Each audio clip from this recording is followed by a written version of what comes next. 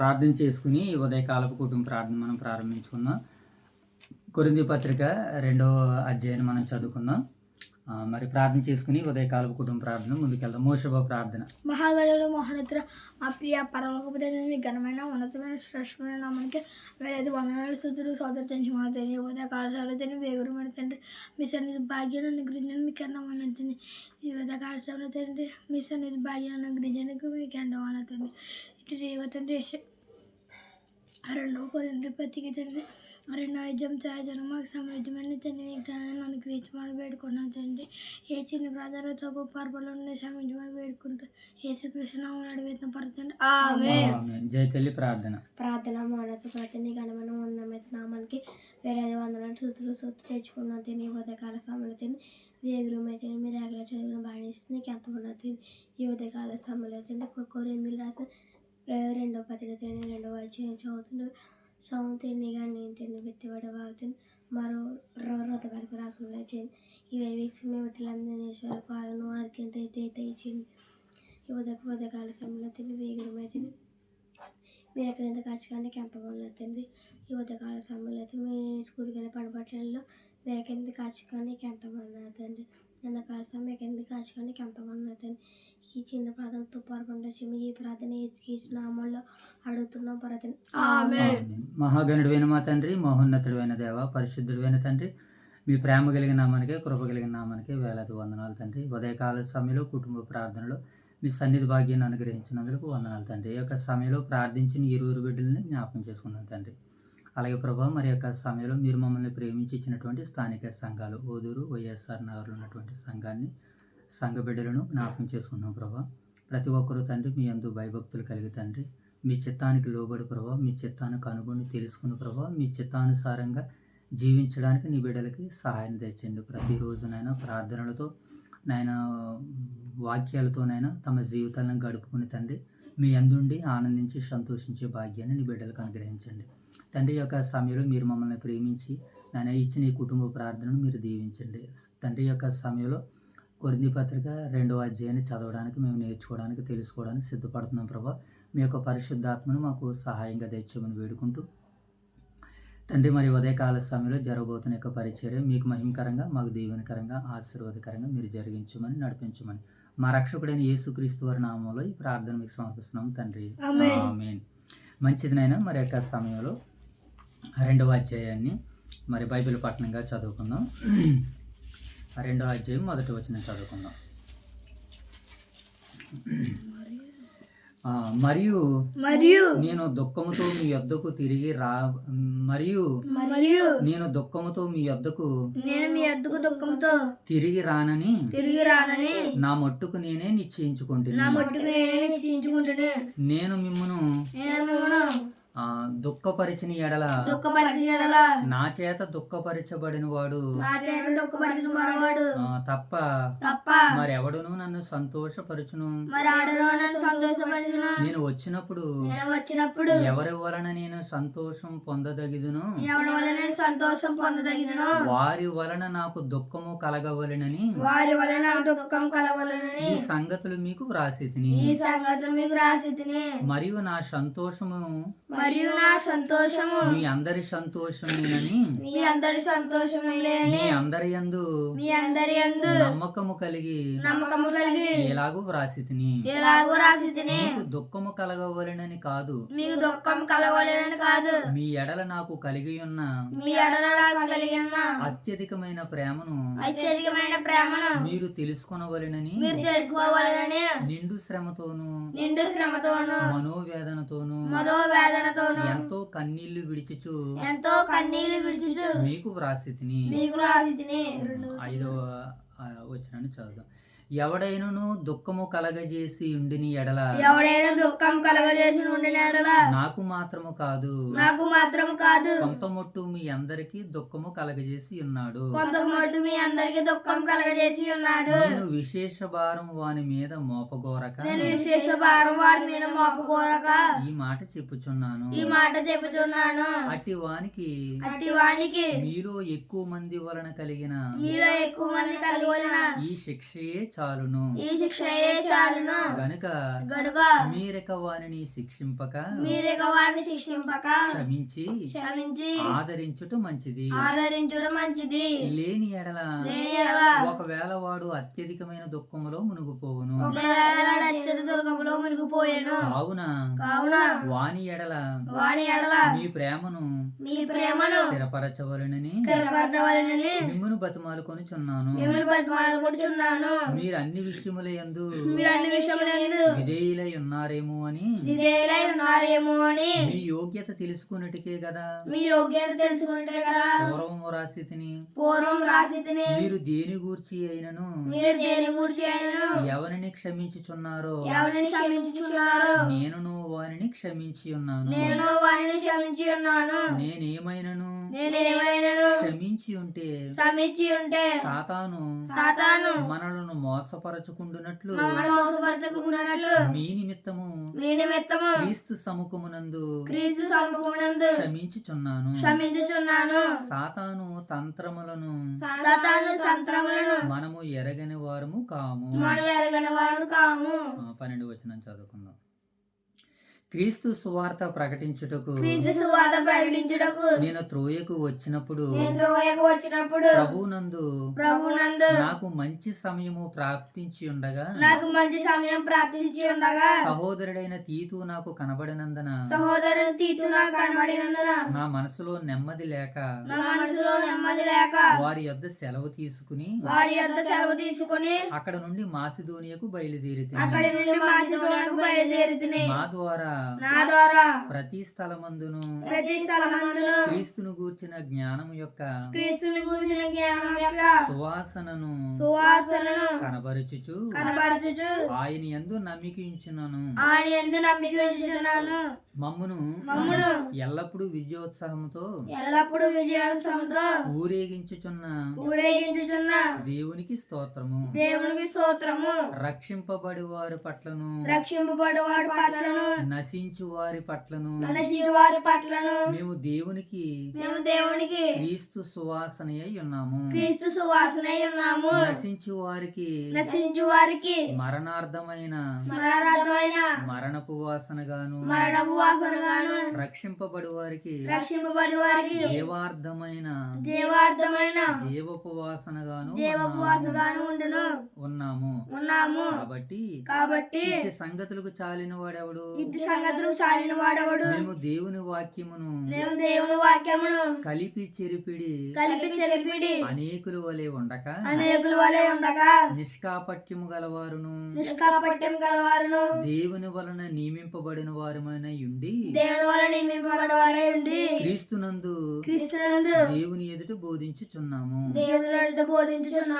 దేవుడి యొక్క పరిశుద్ధ వాక్యాన్ని నేడు మన వినికిడిలో ఫలింపజేయును గాక. ఆమేన్. రైట్, మంచిదినైనా ఈ కొరింథీ పత్రిక 2వ అధ్యాయాన్ని మనం ఆలోచన చేస్తున్నప్పుడు పౌలు గారు ఇక్కడ ఒక వ్యక్తిని క్షమించినట్లుగా మనకు కనబడుతుంది. అంటే ఇదివరకు ఆయన సువార్త చేసినప్పుడు, ఇదివరకు ఆయన పరిచర్య చేసినప్పుడు కొంతమంది అడ్డగించిన వారు కనబడుతూ ఉంటారు. ఏదైనా సంఘము ఒక కార్యాన్ని తలపెట్టాలన్నప్పుడు అది అందరికీ ఆమోదంగా ఉండదు. కొందరికి ఎలా ఉంటుందని అంటే ఇంకా ఇలా చేస్తే బాగుండు, ఇంకా అలా చేస్తే బాగుండు అన్నటువంటి ఆలోచనలు వస్తూ ఉంటాయి. కానీ ఆ ఆలోచనలు మనం పక్కన పెట్టి సంఘం అంతా కలిపి తీసుకుంటున్నటువంటి ఆ నిర్ణయానికి మనం విధేయులుగా ఉండాలి, లోబడాలి. ఒకవేళ మనకి ఏదైనా ఆలోచన వచ్చినప్పుడు అందరి సమక్షంలోనే ఆ మాటను వెల్లడి చేయాలి. మనం కూడా అందరూ దేనినైతే సమ్మతిస్తున్నారో దానికి మనము విధేయులుగా ఉండాలి. ఎందుకంటే ఇది సంఘము కనుక అందరూ ఒక ఆలోచన తీసుకున్నప్పుడు ఆ ఆలోచనకు మనం లోబడాలి. ఒకవేళ ఆ ఆలోచనకు వ్యతిరేకంగా ఏదైనా ఉంటే నీ వంతుగా దేవుని యొక్క శక్తితో, దేవుని యొక్క సామర్థ్యంతో ఆ లోటును భర్తీ చేసేవాడిగా ఉండాలి. ఆ భర్తీ చేసేటువంటి విధానము ఇతరులకి తెలియకపోయినా పర్వాలేదు, దేవునికి తెలిస్తే చాలు. మన కార్యాలన్నీ ఎలా ఉంటాయంటే ఇతరుల కంటికి కనబడి ఇంపుగా మనము మంచివారుగా కనబడాలనుకుంటాం. ఇది అందరిలో కలిగేటువంటి ఆలోచన. అయితే దేవుని యొక్క వాక్యం మనకి ఏమని సెలవిస్తుందనంటే దేవుని పనిని భర్తీ చేయడానికి రహస్యమైనటువంటి సేవకుడుగా, రహస్యమైనటువంటి భక్తిపరుడుగా నువ్వు ఉండాలని వాక్యం మనకు సెలవిస్తుంది. అరిమతయ్య యోసేపు అనేటువంటి ఒక ఆయన మనకు కనబడతాడు. యేసుక్రీస్తుల వారు మరణించేంత వరకు కూడా ఆయన బయటికి రాలేదు. కారణం ఏంటి? అప్పటి వరకు సంఘ కార్యాలు ఆయన చేస్తున్నటువంటి సువార్త పరిచర్య గొప్పగా ఘనంగా వెళ్తున్నప్పుడు ఆయన సైలెంట్‌గానే ఉన్నాడు. ఎప్పుడైతే ఆయన దేహానికి అలా సిలువ మీద వ్రేలాడుతుందో, సిలువ మీద వ్రేలాడుతున్న ఆ మహనీయుడి యొక్క దేహాన్ని ఒక చక్కనటువంటి సమాధిలో పెట్టడానికి ఆయన రిస్క్ చేసాడప్పుడు. ఆయన కార్యాన్ని చేసాడప్పుడు. ఆయనకొక సమయం వచ్చింది. మనము కూడా అలా ఏం చేయాలంటే సమయము వచ్చేంత వరకు, కార్యం జరిగేంత వరకు మనం సైలెంట్‌గా ఉండాలి. ఇక్కడ ఈ సందర్భానికి వచ్చేసరికి ఏం జరుగుతుందనంటే పౌలు మీద కొందరు మరి దుర్భాషలాడినట్లు కనబడుతుంది. వాక్యం చెప్పినప్పుడు సరిచేసినప్పుడు నొచ్చుకోని మనసు కూడా ఉంటది. నొచ్చుకుంటాయి కదా కొంతమంది మనసులో. మీరు జారత్వం చేయొద్దు, మీరు వ్యభిచారం చేయొద్దు, మీరు విగ్రహారాధులుగా ఉండొద్దు, మీరు దొంగతనం చేయొద్దు, మీరు నరహత్య చేయొద్దు. ఇవన్నీ దేవుని రాజ్యానికి ఆటంకమని చెప్పినప్పుడు కొంతమంది జీర్ణించుకోలేకపోయారు. జీర్ణించుకోలేక పౌలు గారి మీద తోలనాడడము, విశ్వాసులను తోలనాడడము జరిగింది. ఇప్పుడు అలాంటి వ్యక్తిని గురించి పౌలు గారు ఇక్కడ మాట్లాడుతూ, నాకు దుఃఖము కలిగింది, దుఃఖము కలిగినా సరే నేను ఆదరణతో ఉన్నాను, నేను సంతోషంతో ఉన్నానని పౌలు గారు ఈ నేపథ్యాన్ని, ఈ మాటల్ని వ్రాస్తున్నాడనమాట. ఎవరి వలనైతే నాకు దుఃఖం కలిగిందో ఆ దుఃఖం కలిగినటువంటి వ్యక్తి కూడా ఇప్పుడు మారాడు, దేవునికి లోబడి ఉన్నాడు గనక ఆ వ్యక్తి పట్ల నా అభిప్రాయం ఏంటంటే నేను అతన్ని క్షమించాను. ఆయతను నాకు దుఃఖం కలగజేశాడు, నాకు మాత్రమే కాదు మీకు కూడా దుఃఖం కలగజేశాడని పౌలు గారు ఆ వ్యక్తి గురించి మాట్లాడుతున్నాడు. అంటే ఇప్పుడు సంఘంలో కొంతమంది వ్యక్తులు ఎలా ఉంటారనంటే వాళ్ళు దుఃఖపడతారు, ఇతరులకు దుఃఖాన్ని కలిగించేవారుగా ఉంటారు. అందుకనే సంఘము ఒక కుటుంబముగా ఉండాలి. మొట్టమొదటిగా సంఘం అంటే అందరూ ఐకమత్యంగా ఉండాలి. సంఘం అంటే అందరూ సమాధాన పడేవారుగా ఉండాలి.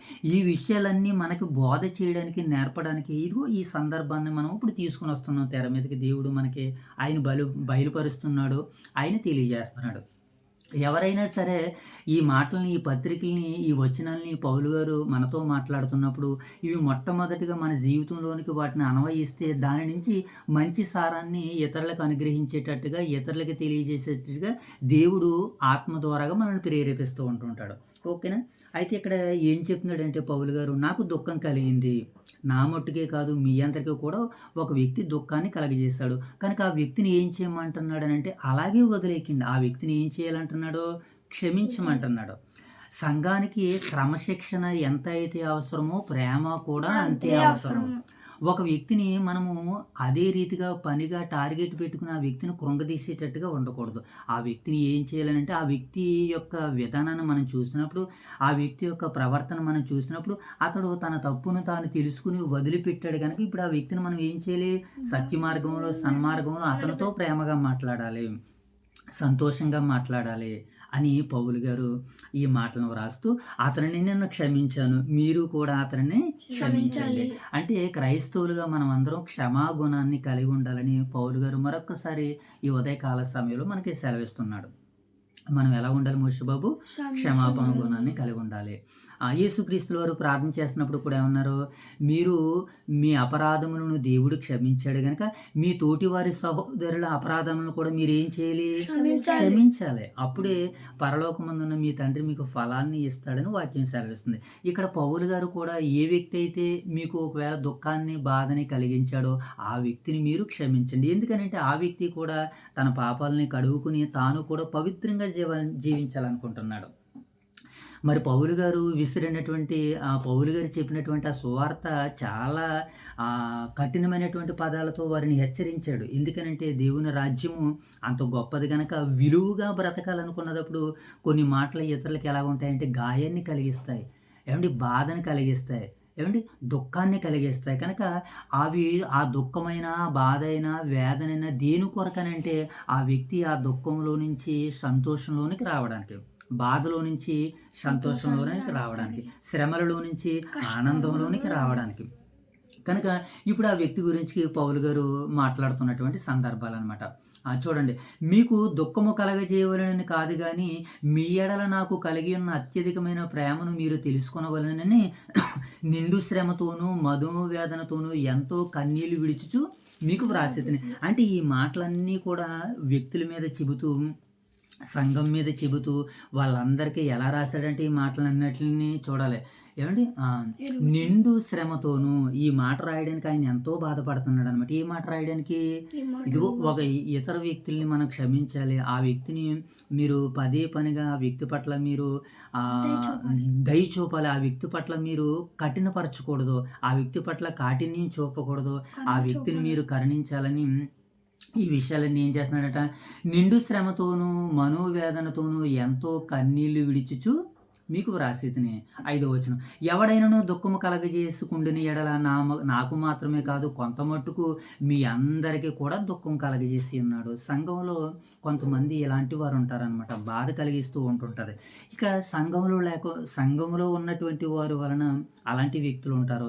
అలాంటి వ్యక్తి వలన ఇప్పుడు సంఘానికి ఏం కలుగుతూ ఉంటుంది అంటే, సంఘానికి కూడా ఒక ఆలోచన పడుతూ ఉంటుంటుంది. సంఘానికి కూడా ఒక ఆలోచన పుట్టి మనం ఎలా బ్రతకాలనేటువంటి ఒక చక్కనటువంటి తీర్మానాన్ని తీసుకుంటారు. అందుకనే దేవుడు కొన్ని కార్యాలని సంఘానికి కూడా ఆమోదిస్తూ ఉంటుంటాడు. కనుక ఇక్కడ పౌలు గారు ఏమని చెప్తున్నాడనంటే, ఆ వ్యక్తిని పట్ల మనం ఎలా ఉండాలంటున్నాడనంటే, నాకు మాత్రమే కాదు కొంత మటుకి మీ అందరికీ దుఃఖము కలగజేసి ఉన్నాడు. నేను విశేష భారం వాని మీద మోపగోరక ఈ మాటలు చెప్పుచున్నాను. ఏటట? విశేష భారము వాని మీద మోపక. అంటే ఆ వ్యక్తి ఎలాంటి అపకీర్తికి తలపెట్టాడనంటే, చాలా అపకీర్తికి తలపెట్టాడు. ఎలాంటి అపకీర్తికి తలపెట్టాడనంటే, ఉదాహరణకి పౌలు గారు సౌలుగా ఉన్నప్పుడు క్రైస్తవులందరినీ ఏం చేసేవాడు? ఆయన హింసించేవాడు. వారిని ఏం చేసేవాడు? చెరసాల్లో వేసేటువంటి వాడు, చంపేసేవాడు. అలాంటి ఆయన ఏం చేశాడు? మారాడు. అలాంటి ఆయన. అలాగే పౌలు కూడా ఎలాంటి వ్యక్తులు కూడా మారతారో, ఎలాంటి వ్యక్తులు కూడా అలాంటి వ్యక్తి మీద కూడా విశేష భారాన్ని నేను మోపుదాం అనుకున్నాను, కానీ ఇప్పుడు నేను ఏం చేయలేదు, ఈ విశేష భారాన్ని ఆ వ్యక్తి మీద మోపట్లేదు. కారణం ఏంటంటే, అట్టి వానికి మీలో ఎక్కువ మంది వలన కలిగిన ఈ శిక్షయే చాలును గనక మీరిక వానిని శిక్షింపక క్షమించి ఆదరించుట మంచిది. క్షమించాలట, ఆదరించాలి. ఒక వ్యక్తి సంఘానికి తిరుగుబాటుదారుడిగా ఉంటాడు. ఒక వ్యక్తి ఇతరులకి తిరుగుబాటుదారుగా ఉంటాడు. సేవకుల మీద తిరగబడేవాడుగా ఉంటాడు. అయితే తన తప్పు తాను తెలుసుకుని అందరి సమక్షంలో సమాధాన పడుతున్నప్పుడు ఈ విషయాలు ఏమీ ప్రస్తావన తీసుకురాకూడదు. అతను ప్రేమతో నడుస్తున్నటువంటి ఆ నడకను మనం తీసుకుని దేవుని స్తుతించాలి, ఆ వ్యక్తిని క్షమించాలని పౌలు గారు వీళ్ళని వేడుకుంటున్నాడు అనమాట. అంటే మనం ఇప్పుడు ఏం చేయాలి? ఇతరులని క్షమించేవారుగా ఉండాలని ఈ వాక్యం మనకి సెలవిస్తుంది అనమాట. క్షమించుట మంచిది. లేని ఎడల ఒకవేళ వాడు అత్యధికమైన దుఃఖములో మునిగిపోవును. కావున వాని ఎడల మీ ప్రేమ స్థిరపరచవలనని మిమ్మును బతిమాలుకొనిచున్నాను. అంటే ఈ సందర్భాన్ని బట్టి మనకి ఏం అర్థం కావాలంటే, సంఘంలో సమస్య ఏదైనా వచ్చినప్పుడు ఒక వ్యక్తి చెడ్డగా ప్రచారం చేస్తున్నాడు అన్నదప్పుడు ఆ వ్యక్తితో మనం గౌరవంగా ప్రేమగా మాట్లాడి, ఇదిగో సత్య మార్గంలో సన్మార్గంలో ఒకప్పుడు పౌలు గారు కొరింథీ సంఘాన్ని ఎలాగైతే చక్కదిద్ది దేవుళ్ళు నిలబెట్టాడో మనము కూడా అలా చక్కదిద్ది దేవుళ్ళను నిలబెట్టాలని వాక్యం మనకి సెలవిస్తుంది. అంటే ఒక వ్యక్తిని క్షమించడము అనేటువంటిది సంఘానికి ఎంత క్షేమాన్ని కలగజేస్తుందో, ఎంత ఆశీర్వాదాన్ని కలగజేస్తుందో, ఎంత ఆదరణ కలగజేస్తుందో పౌలు గారు ఈ మాటలు చెప్తున్నాడు అనమాట. ఓకేనా నాన్న? ఇది మొదటి భాగం. ఇక రెండో భాగాన్ని చెబుతున్నాడు దీంట్లోనే, నేనేమైనను క్షమించి ఉంటే సాతాను మనలను మోసపరచకుండునట్లు మీ నిమిత్తము క్రీస్తు సముఖమునందు క్షమించుచున్నాను. ఎందుకనంటే సాతాను మనల్ని మోసపరచకూడదు. మనం ఒక వ్యక్తిని అలాగే దూషిస్తూ ఉన్నాం అనుకోండి, సాతాను మనలో ప్రవేశించి అతనికి మనకి మధ్య ఏం కలిగజేస్తాడు? వాడు వైరాన్ని కలగజేస్తాడు. ఆ వైరాన్ని కలగకుండా ఉండాలంటే మనం ఏం చేయాలి? ప్రేమ కలిగి చక్కగా ఉండాలని వాక్యం సెలవిస్తుంది. కనుక ఇప్పుడు ఆ వ్యక్తి పట్ల మనం ఎలా ఉండాలి? కనికరాన్ని కలిగి ఉండాలి. ఎందుకంటే సాతాను మనలో ఇతరులు ప్రవేశించి వారికి మనకి మధ్య ఏం చేస్తాడట? సాతాను తంత్రములు మనము ఎరగని వారము కాము. వీడు ఎలాంటి వాడు అని అంటే, సాతాను వ్యక్తికి మధ్య తంత్రాలు కల్పిస్తాడు. కనుక వాడి విషయంలో మనం జాగ్రత్తగా ఉండాలి. ఈ దావీదు గారు దేవునికి ఇష్టడైనటువంటి మనుషుడే, హృదయానుసారుడైనటువంటి మనుషుడే. అయితే ఏం జరిగింది? ఒకానొక సమయంలో దేవునికి వ్యతిరేకంగా ఆయన ఏం చేశాడు అని అంటే, ఇశ్రాయేలు జనసంఖ్యను లెక్కించాడు. అప్పటి వరకు దేవుని మీద నమ్మకంతో, దేవుని మీద ధైర్యంతో యుద్ధానికి వెళ్ళి విజయాన్ని సాధించినటువంటి దావీదు ఏం చేశాడనంటే, దేవునికి విరోధంగా ఇశ్రాయేలు జనసంఖ్యను లెక్కించాడు. అంటే ఇప్పుడు దేవునికి, దావీదు గారికి మధ్య సాతాను ఏం కలగజేసింది? వైరం కలగజేస్తుంది. తంత్రాన్ని కలగజేసింది. అంటే మాయ కలగజేసింది. కనుక వాడి విషయంలో మనం ఎలా ఉండాలంటే బీ కేర్‌ఫుల్‌గా ఉండాలనమాట. అందుకనే సహోదరుల పట్ల, సహోదరీమణుల పట్ల మన ఆలోచనలు, మన ఉద్దేశాలు ఎలా ఉండాలనంటే ఎల్లప్పుడూ కూడా మంచి ఆలోచనలు మనము కలిగి ఉండాలి. ఒకసారి యేసుక్రీస్తుల వారిని కూడా ఆహ్, ఆహ్, అపవాది శోధించడానికి ఎక్కడ తీసుకొని వెళ్ళిపోతాడు? అరణ్యమునకు ఆయన ఆత్మచేత నడిపింపబడుతూ వెళ్తుంటాడు. ఒకానొక సందర్భంలో యేసుక్రీస్తుల వారు 40 రోజులు ఏవండీ శోధింపబడినటువంటి తర్వాత కనుక ఇతను ఏం చేస్తూ ఉంటుంటాడంటే, దేవుని పనిని, పరిచర్యను పాడు చేయడానికి వాడి సహోదరుల మధ్య తంత్రాలను, చిచ్చులను పెడుతూ ఉంటుంటాడు. కనుక సంగమా మనం అందరము మేలుకొని దేవునిలో ముందుకు వెళ్ళాలని ఈ వాక్యాలు మనకి సెలవిస్తుంది. సెలవిస్తున్నాయి. అలాగే యోహాను సువార్త 8:44లో మనకొక మాట కనపడతది. కాబట్టి మీ తండ్రి యగు అపవాది సంబంధులు వాడు ఏం చేస్తున్నాడట? వాడు దురాశలను నెరవేర్చగోరుచున్నారు. మీరు ఆది నుండి నరహంతకుడై ఉండి, మీ తండ్రి యగు అపవాది సంబంధులు వాడు ఎలా ఉన్నాడట? ఆది నుండి నరహంతకుడు. కనుక వాడు దురాశలను మీరు నెరవేర్చుకోరుచున్నాడు. అంటే వ్యక్తికి మధ్య ఏమి పుట్టిస్తాడనంటే ఆశలు పుట్టిస్తాడు. ఇవన్నీ సాతాను తంత్రాలు. మనము ఎరగని వారము కాము గనక మనము సహోదరుని ద్వేషించేవారుగా కాదు, సహోదరుని క్షమించేవారుగా ఉండాలి. చూద్దాం ఒక మాటను చూద్దాం. యేసుక్రీస్తుల వారు అన్నటువంటి చక్కటి మాటను మనం చదువుకుందాం ఒకసారి. మత్తయి సువార్త ఏపీసీ పత్రిక 4వ అధ్యాయము 32వ వచనం చూద్దాం. ఏపీసీ పత్రిక 4వ అధ్యాయము 32వ వచనం చూద్దాం. ఏపీసీ పత్రిక 4వ అధ్యాయము 32వ వచనం చూద్దాం. ఒకని ఎడల ఒకడును దయగలిగి కరుణా హృదయులై క్రీస్తునందు దేవుడు మిమ్మును క్షమించిన ప్రకారము మీరును ఒకరినొకరు ఏం చేయాలట? ఒకరినొకరు ఏం చేసుకోవాలంట? క్షమించుకోవాలి. అందుకనే అతడు దుఃఖం కలిగింది కదా, అతడు ఆ దుఃఖంలోనే మునిగిపోతే అతడు ఇంకా భారం కలిగి అతని ఆత్మ నశించిపోతుంది. ఒక ఆత్మని నశించేయడం కాదు కదా దేవుని ఉద్దేశం. ఆత్మను రక్షించడానికి అవసరమైతే మన క్షమాపణ గుణంలోనికి దిగాలి. అవసరమైతే ఎదుటివారు కాళ్ళు పట్టుకోవాలి. క్షమాపణ అంత విలువైనది. ఒక వ్యక్తి కాళ్ళు పెట్టుకునైనా సరే మనం సమాధానపడి ఆ వ్యక్తిని క్షమించి క్రీస్తులో నిలబెట్టగలగాలి. ఇది క్రైస్తవుని యొక్క విలువలతో కూడినటువంటి ఆత్మీయ జీవితం అని మనకు కనబడుతుంది. ఏమంటున్నాడు ఇక్కడ పౌలు గారు? ఒకని ఎడల ఒకడు దయ కలిగి, ఒకని ఎడల ఒకడికి ఏం కలిగి ఉండాలి? దయ కలిగి ఉండాలి. ఎవడు దయ కలిగి ఉంటాడంటే ఇతరులను ఎవరైతే క్షమించాలనుకుంటున్నారో వారు దయ కలిగి ఉంటారు. కరుణా హృదయలే క్రీస్తునందు దేవుడు మిమ్మును క్షమించిన ప్రకారము మీరు ఒకరినొకరు ఏం చేయాలట? క్షమించుకోవాలని వాక్యం మనకి సెలవిస్తుంది. అలాగే కొలసీ పత్రిక 3వ అధ్యాయము 13వ వచనం కూడా చదువు. కొలసీ పత్రిక 3వ అధ్యాయము 13వ వచనం. ఎవడైనను తనకు హాని కలగజేసుకుని ఒకడు అనుకుని ఎడల, ఎవడైనను తనకు హాని కలగజేసుకుని అనుకుని ఎడల ఒకరినొకడు సహించుచు ఒకరినొకడు క్షమించుకోండి. ఏం చేయాలట? ఒకరినొకడు ఏం చేయాలట? సహించుకోవాలి. అంటే నువ్వు అది చేసావు కదా అని ఎప్పుడూ మనసులో పెట్టుకోకూడదు. నువ్వు పలానా వారి మీద తిరగబడ్డావు కదా, అప్పుడు అలాగన్నావు కదా, ఇప్పుడు ఇలాగన్నావు కదా, అంటే అంకితే జుట్టు అంకకపోతే కాళ్ళ అన్నట్టుగా మనం లోకాచారాలని దేవునిలోనికి అసలే తీసుకుని రాకూడదు. ఒకరినొకడు ఏం చేయమంటున్నాడు? సహించుకోవాలి. సహించుకోవడం అంటే పూర్వపు సంగతులను జ్ఞాపకం చేసుకోరు, అతను అన్నటువంటి మాటలను జ్ఞాపకం చేసుకోరు. అంత ఇంపార్టెంట్ అని అంటే ఈ సందర్భం అంత ఇంపార్టెంట్ అని పౌలు గారి యొక్క ఉద్దేశంగా మనకు రాయబడింది. ఎందుకంటే ఏ వ్యక్తి కూడా నశించిపోవడం అనేటువంటి దేవుని చిత్తము కాదు గనక. అందుకని ఒకరినొకడు సహించుచు ఒకని కొరకు ఒకరు క్షమించుకోండి. ప్రభువు మిమ్మల్ని క్షమించేలాగున మీరును కూడా క్షమించండి. ప్రభువు మనల్ని ఏం చేశాడు? క్షమించాడు గనక మనము కూడా ఇతరులను క్షమించేవారిగా ఉండాలని వాక్యము మనకి సెలవిస్తుంది. కనుక ఇంకా మనము ఆ కింద భాగాలను కూడా చూడండి. క్రీస్తు సువార్త ప్రకటించుటకు నేను త్రోయకు వచ్చినప్పుడు ప్రభువునందు నాకు మంచి సమయము ప్రాప్తించి ఉన్నది. అంటే దేవుడు నాకు ఒక మంచి సమయాన్ని ఇచ్చాడని తన పరిచర్య గురించి, తన యొక్క సేవ గురించి పౌలు గారు ఈ కొరింథీ సంఘంతో ముచ్చటిస్తూ మాట్లాడుతూ ఇక ఈ సేవా జీవితం ఎంత గొప్పదో, ఎంత ఉన్నతమైనటువంటిదో చెబుతున్నాడనమాట. ఇంకా పౌలు గారు ఎలా చేశాడో ఒక మాటను మనం చూద్దాం. 14వ వచనం చూద్దాం.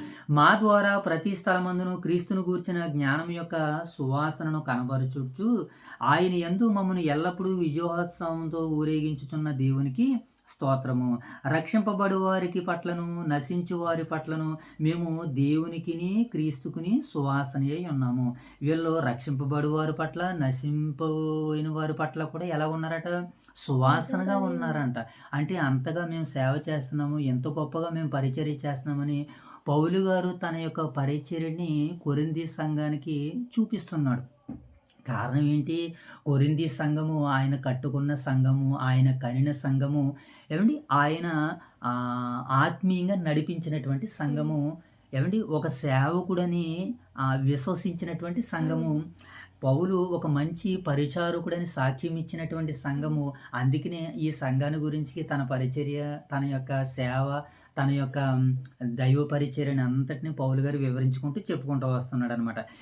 మా ద్వారా ప్రతి స్థలమందును క్రీస్తును గూర్చిన జ్ఞానం యొక్క సువాసనను కనబరుచుచు ఆయన యందు మమ్మను ఎల్లప్పుడూ విజయోత్సవంతో ఊరేగించుచున్న దేవునికి స్తోత్రము. రక్షింపబడి వారి పట్లను, నశించు వారి పట్లను మేము దేవునికి క్రీస్తుకు సువాసనయై ఉన్నాము.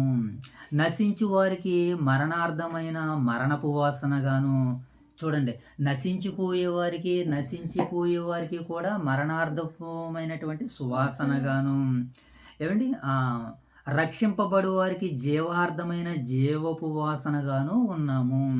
అంటే ఏ వ్యక్తిని కూడా మేము వదిలేటట్టుగా లేము. అందరినీ వాక్యం ద్వారాగా మేము ఆకట్టుకుంటున్నాము. కనుక ఇప్పుడు వాక్యం ద్వారాగా మీరు కూడా ఇతరులని సంపాదించుకోండి. ఇతరులని ఏ ఒక్కరిని వదిలిపెట్టకండి. ఇతరులని ఏ ఒక్కరిని తృణీకరించకండి. అందరినీ ఐకమత్యంగా సంఘానికి ఆహ్వానించండి. సంఘంలో క్రీస్తు కొరకు నిలబెట్టండి అని పౌలు గారు తన సేవ ద్వారాగా, తన పరిచర్య ద్వారాగా ఆ సంఘానికి కనువిప్పును కలిగిస్తున్నాడు. ఆ సంఘానికి ఏం చేస్తున్నాడు? జైతల్లి కనువిప్పును కలగజేస్తున్నాడు అనమాట. 17వ వచనం. కాబట్టి ఇట్టి సంగతులకు చాలిన వాడెవడో మేము దేవుని వాక్యమును కలిపి చెరిపడి అనేకుల వలె ఉండక. అంటే పౌలు గారి యొక్క కాలంలోనే ఆల్రెడీ ఈ సందర్భంలోనే ఈ పత్రిక ఈ సువార్త సేవ జరుగుతున్నటువంటి కాలంలోనే కొంతమంది దొండగులు వచ్చి ఏం చెప్తున్నారంటే యేసుక్రీస్తుల వారు నిజమైన రాయబారి కాదు, ఆయన దేవుని సేవకుడు కాదని కొంతమంది పౌలు గారి మీద అభియోగాలు, నేరాలు మోపారనమాట. వారిని గూర్చి పౌలు గారు ఇక్కడ మాట్లాడుతూ అంటున్నాడు.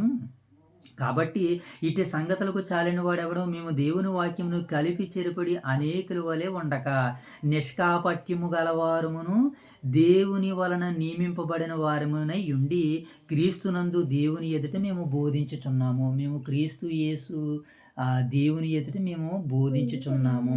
అనేకుల వలె కలిపి చెరిపడేటువంటి వారు ఉన్నారు. వారిని మీరెవరో గుర్తుపెట్టుకోండి, వారిని మీరెవరో గమనించండి.